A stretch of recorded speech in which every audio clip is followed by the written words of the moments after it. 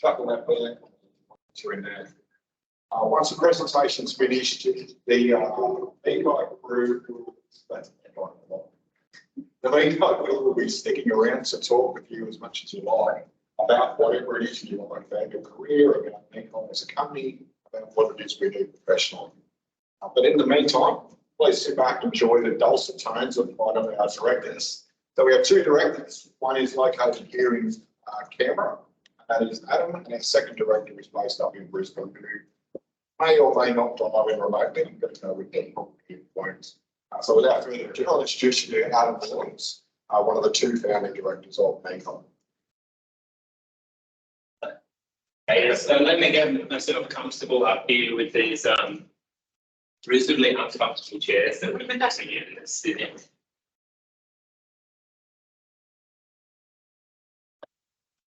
Sit up here at this one-man panel. Hey, thanks for coming today. This is the test issue. Just Let's go to the next slide. Okay.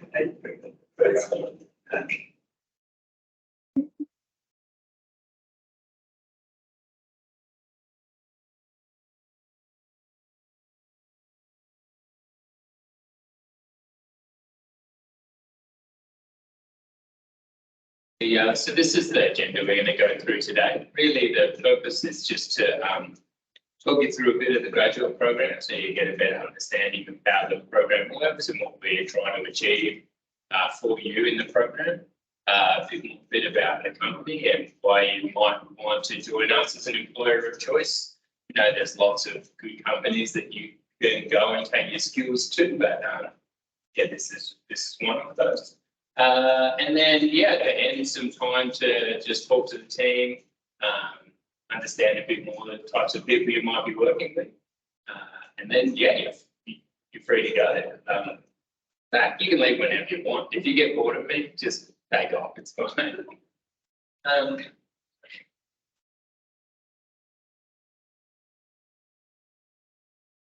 So, firstly, I just want to go through our mission statement. So Meikai is a small company and we are specialists in emerging and disruptive technology. So there's three parts of our vision statement I wanted to talk about.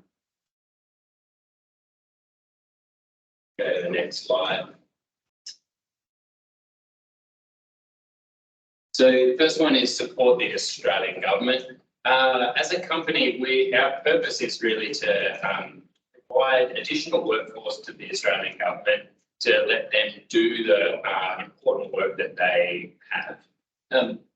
But the government does lots and lots of work, so we focus on one part of that, which is, next please,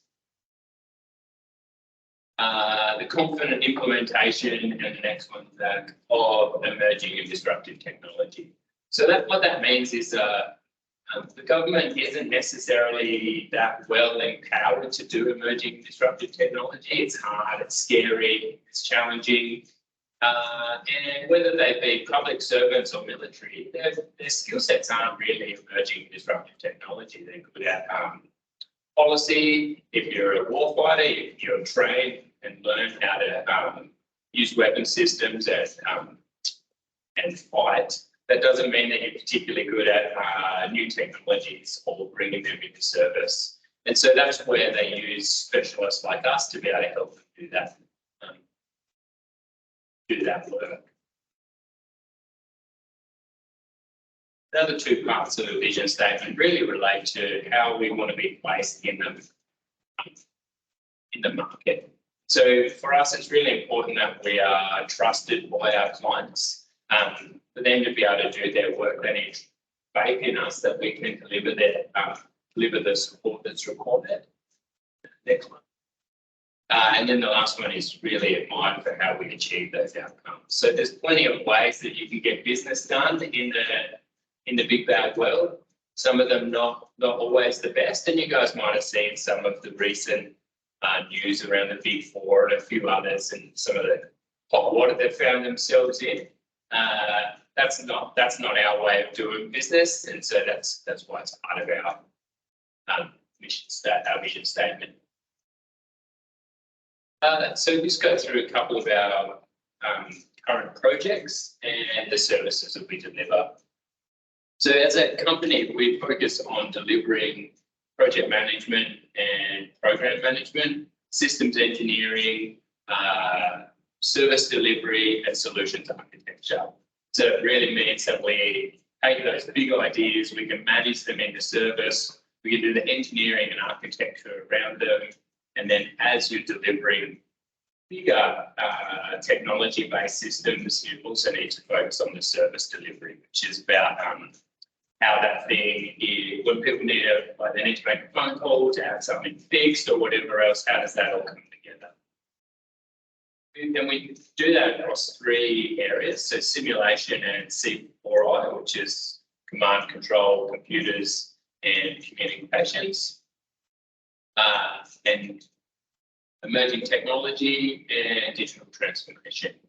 And some of our projects that we do in there are quite interesting projects, all currently defence-based projects. So one of them is introducing the US simulation system into Army, which is Land Simulation Core, and you'll see a little bit about that on our website. One of them is delivering program support into Land C4, which, as I described before, is about the command and control. And then internally, we've got some serious games that we work on to help us with some of our recruiting and some of our team formation. In the emerging technology space, we focus on some projects internally there. So that's looking at Web3 decentralized internet, NFT-backed qualifications, and then we've been doing some work on the AI risk management framework for government.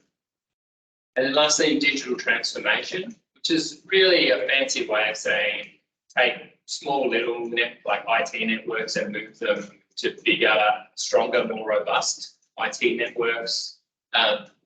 We've been working on the next generation of training system for Army. And then the other project we work on is an upgrade to one of the top secret networks in defence.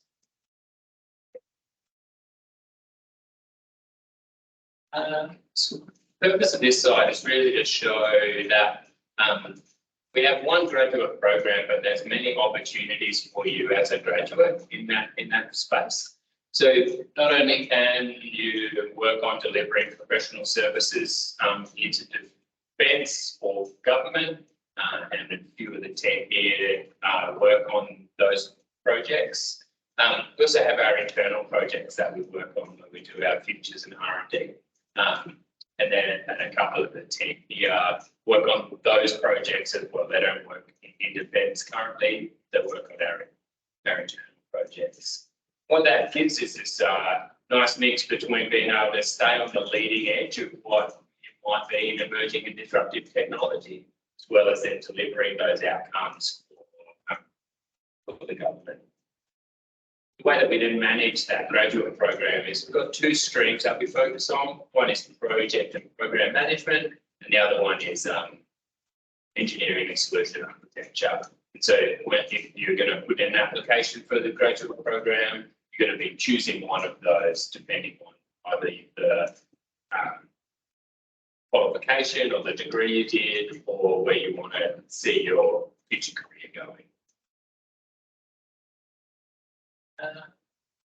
So really, for this slide, I just want to highlight what we're intending to provide you in the graduate program.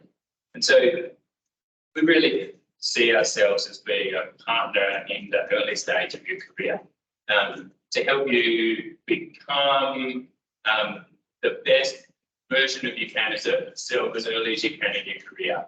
So the way we do that is we have a graduate program structured around this idea of job confidence.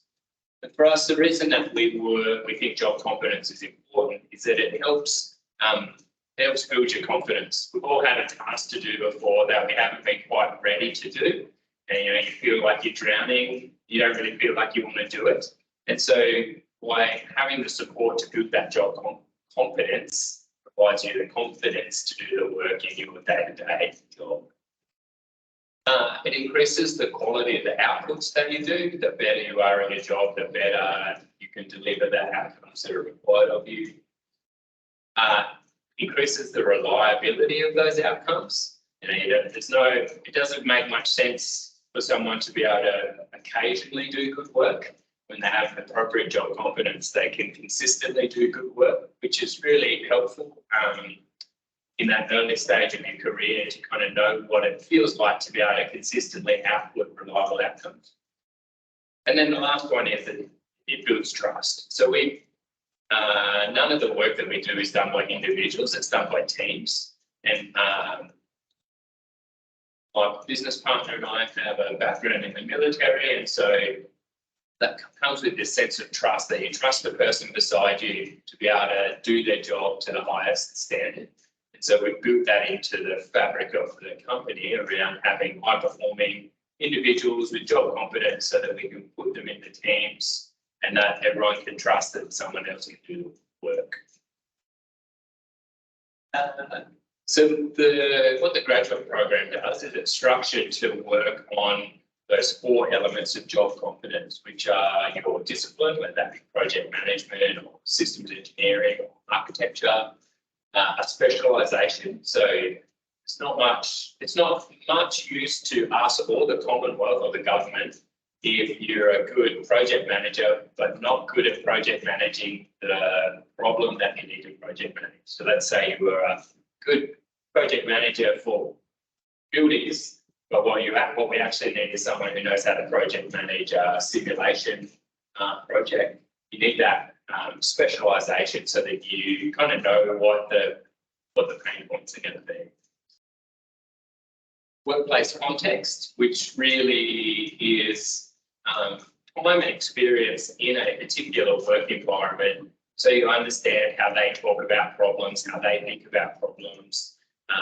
Defence is a really good example of that. It's quite a nuanced organisation in the way that it thinks about and works on problems. And then the last one then is your attitudes and habits. So integrity, cooperation, proactiveness, etc. So I guess for us, what we expect is that hopefully you enter the graduate program with a discipline. You've finished your degree, you're ready, and you know what you want to be doing, and that you enter with a good set of attitudes and habits towards work. And then the rest of the graduate program is there to enhance those base skills that you have and provide you with that workplace context and the specialisation. At the end of the graduate program, you are promoted out of the graduate program into what we call our consultant band, which is very common across all of the graduate programs that you might be considering. So our graduate program is broken into four rotations or placements. And what we do over those rotations is focus on different parts of that workplace context. So that job confidence. So initially in that first placement, it's just about giving you the skill, giving you the experience you need to understand the workplace.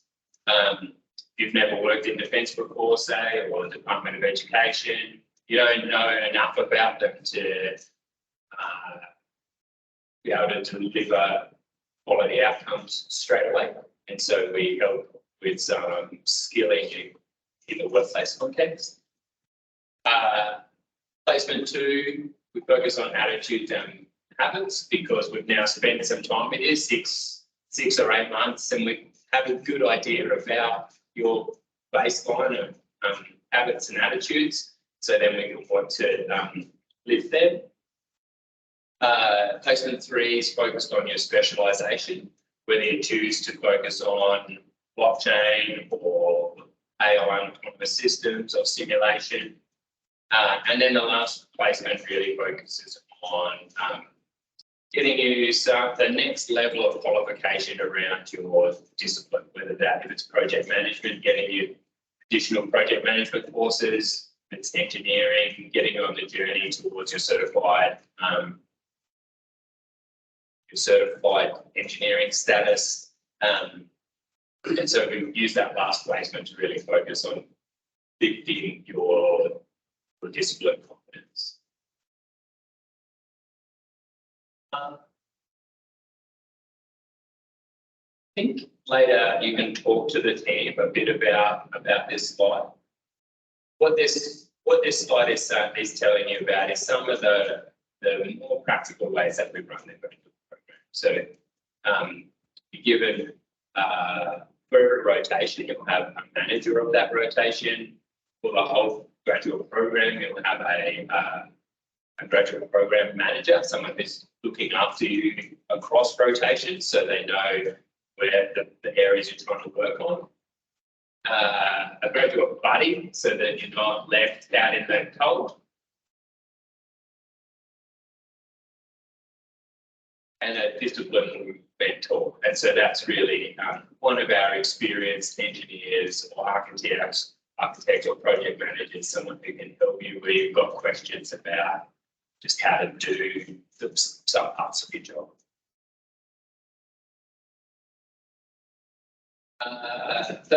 The last part there is around the structured outcomes, and the next slide sort of talks to some of the in-house learning modules that we have that help with that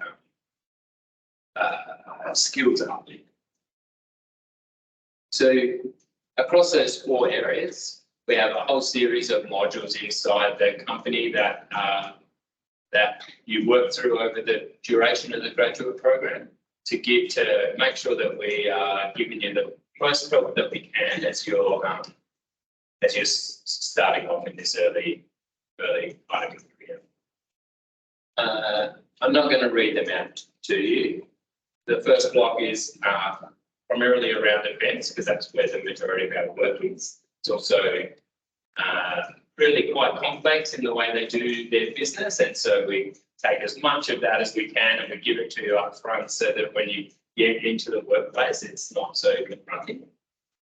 Then we have our modules around project management or engineering and architecture, and they're there specifically to help you apply the skills that you learn in uni, but actually have them used in the workplace. Got some modules on the specializations that we focus on, and that's there to help you decide what part of emerging and disruptive tech you want to be part of. And then a couple of modules to help in communication and time management and those attitudes and habits.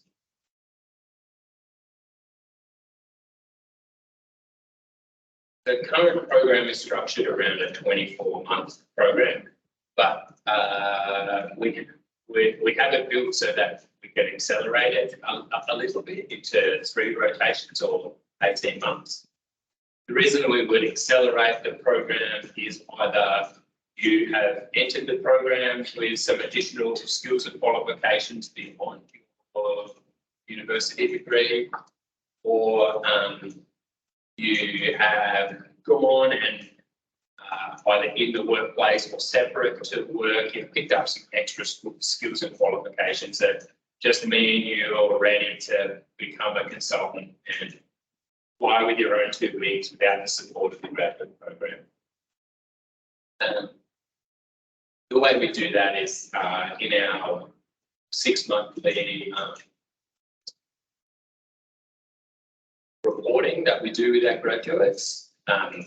You've got opportunities to identify that you think you're a fast performer, demonstrate that, and then we tailor the program to meet those things.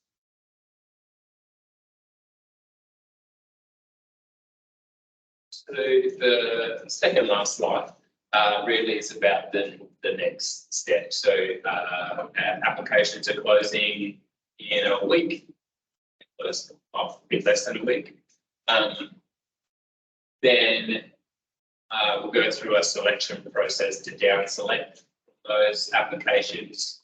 We'll invite 6 or 7 people to come to do a group activity here in the office, and then from that group activity, then we'll down select again to conduct some formal interviews.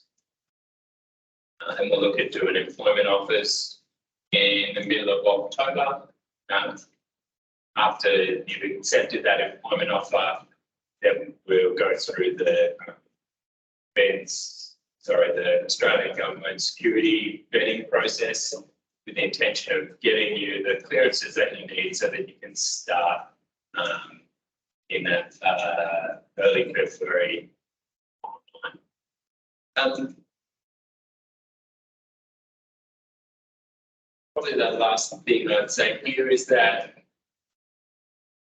we don't have a fixed number of graduate positions open each year. We work out how many graduates we're going to take in a rotation based on the quality of applicants that we have and the workload that we have forecast. So we're still only a small company of about 15 people, and so we can't take on 15 graduates. We take on somewhere between 2 and 4, but that could be as low as none if we don't have the right type of people come through. But we probably wouldn't do any more than 4 positions for 2024.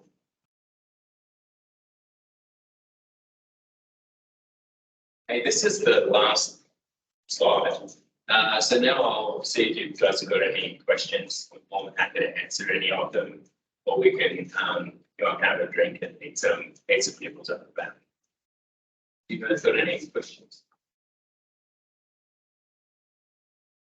Yeah. So with the list of modules that you have, you had all the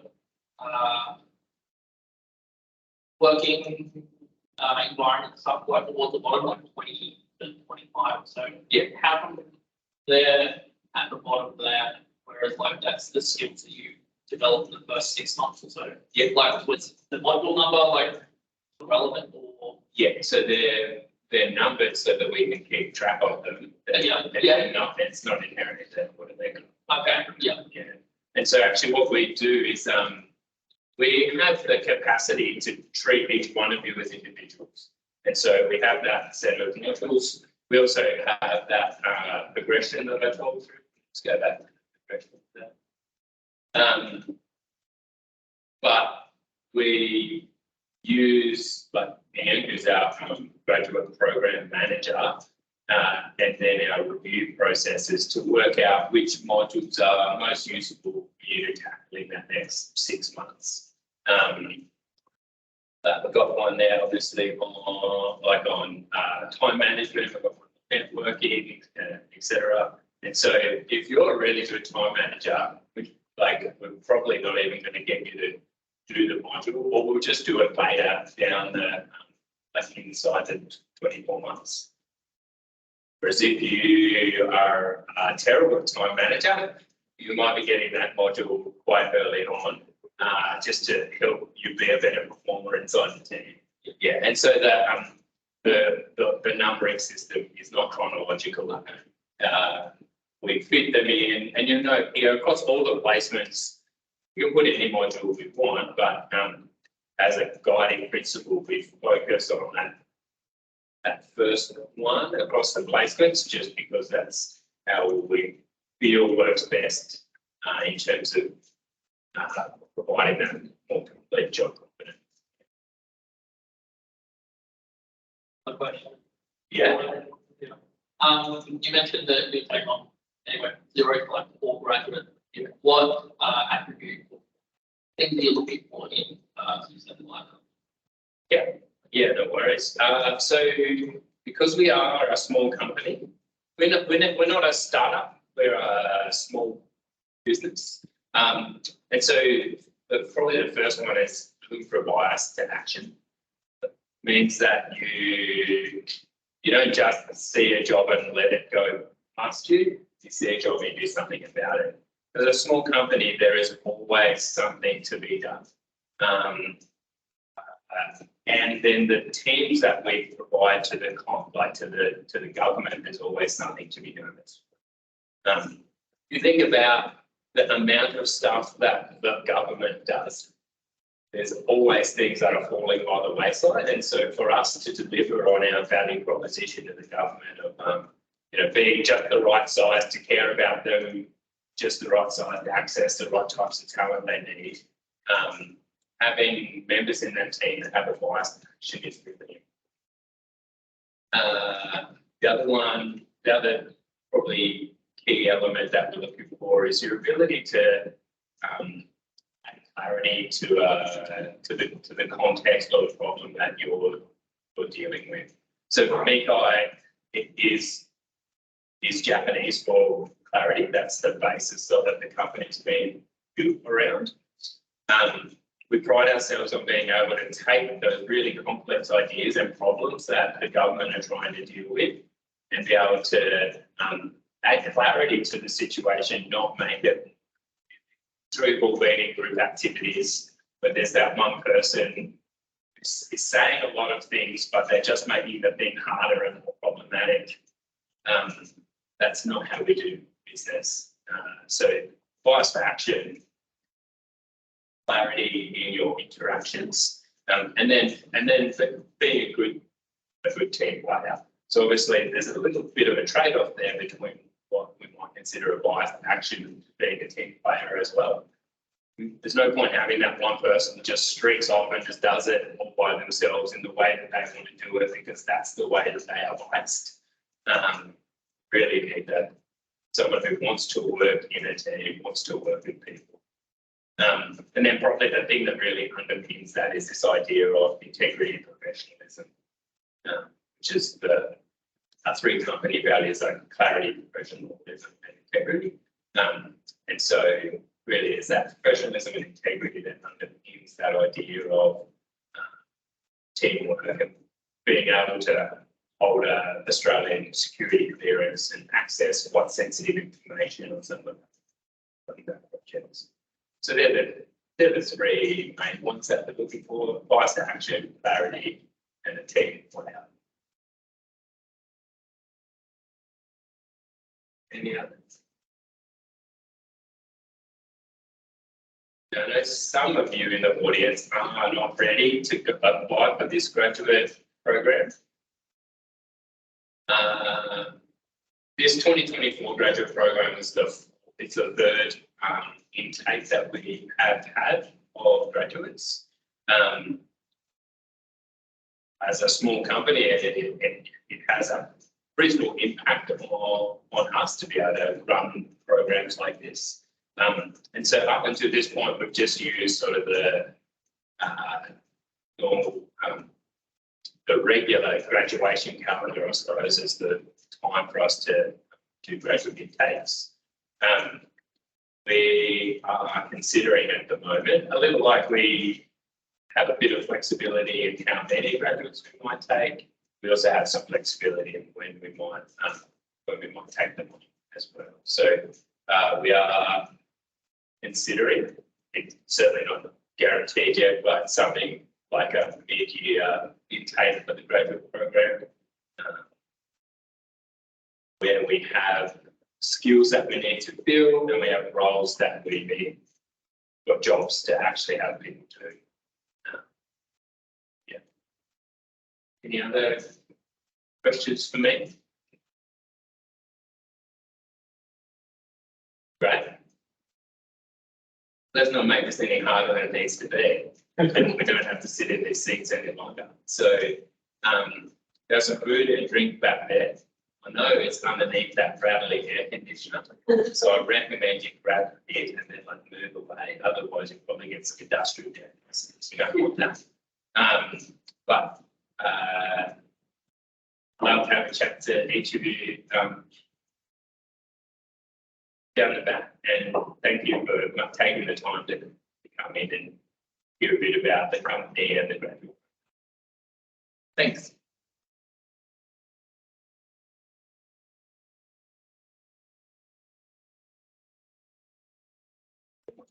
You, Tracy, but